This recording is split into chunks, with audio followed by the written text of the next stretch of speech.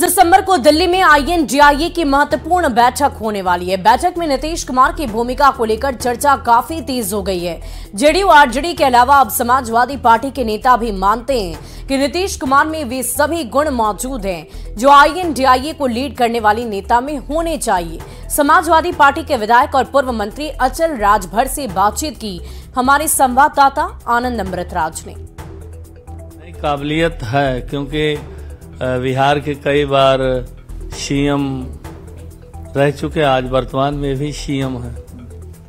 तो आपको लगता है कि इतनी काबिलियत है कि वो बागडोर संभाल सकते हैं 2024 के इंडिया गठबंधन का? हाँ, बिल्कुल संभाल सकते हैं। मैंने पहले बताया ना, जो हमारे राष्ट्रीय अध्यक्ष हैं वो लोग फैसला लेंगे और फैसला जो है सकारात्मक होगा, अच्छा होगा, देश के हित में होगा, प्रदेशों के हित में होगा। राहुल गांधी के बारे में भी कांग्रेस के नेता चर्चा करते हैं कि 2024 में वो भी लीड कर सकते हैं। राहुल गांधी को लेकर आपकी राय क्या है? देखिए, ऐसा है, अब कांग्रेस के भीतर क्या है, अब कांग्रेस वाले जाने।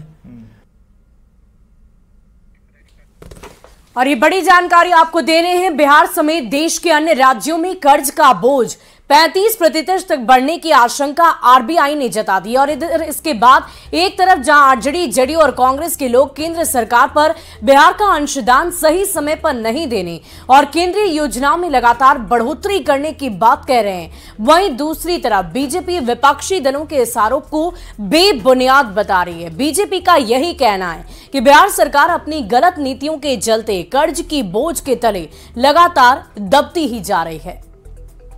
जो FRMC एक्ट है उसके तहत ही हम लोन लेते हैं ये, और कोविड के काल में थोड़ा सा उसका अनुपात बढ़ा था, लेकिन राज्य सरकार वित्तीय अनुशासन का मामले में कायम है।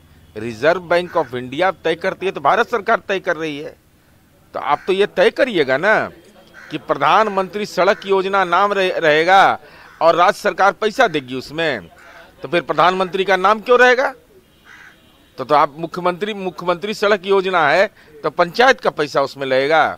बिहार बार बार केंद्र सरकार को कह भी रही है कि बिहार को विशेष सहायता की आवश्यकता है, और GSDP का दर जिस तरह से बढ़ा है, लगभग 35% के कगार पर पहुंचा। ऐसे 12 राज्य हैं देश के अंदर में, तो वित्तीय बोझ राज्यों पर बढ़ रहा है।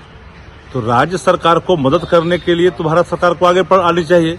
भारतीय जनता पार्टी उन राज्यों को मदद नहीं करना चाहती है जो राज्य खास करके भाजपा शासित राज्य नहीं है। तो भाई, विपक्ष की जो पार्टियां जिन राज्यों में सरकार में है, तो एक बात मानना चाहिए, तो राष्ट्र सबों का है, देश सबों का है। बिहार पर बढ़ता कर्ज का बोझ का एकमात्र कारण है वह है केंद्र का सौतेलापन व्यवहार। GST के किस्तों का जब बंटवारा होता है तो उनके प्रिय शासित राज्यों को, यानी भाजपा शासित राज्यों को ज्यादा से ज्यादा पैसा मिलता है, जैसे उत्तर प्रदेश को मिलता है, जैसे उनके हरियाणा को मिलता है, लेकिन बिहार को मात्र 91 करोड़ मिला, जिसको हम सब जानते हैं। बिहार में योजनाओं को समुचित रूप से चलाने के लिए, बिहार की जनता के कल्याण के लिए कर्ज तो लेना ही पड़ेगा, और कर्ज का बोझ बढ़ेगा ही बढ़ेगा। केंद्र सरकार को चाहिए कि कम से कम इसमें सौतेलापन व्यवहार ना करे। बिहार की कुल सालाना आय अपने संसाधनों से 30,000 करोड़ रुपए भी नहीं है।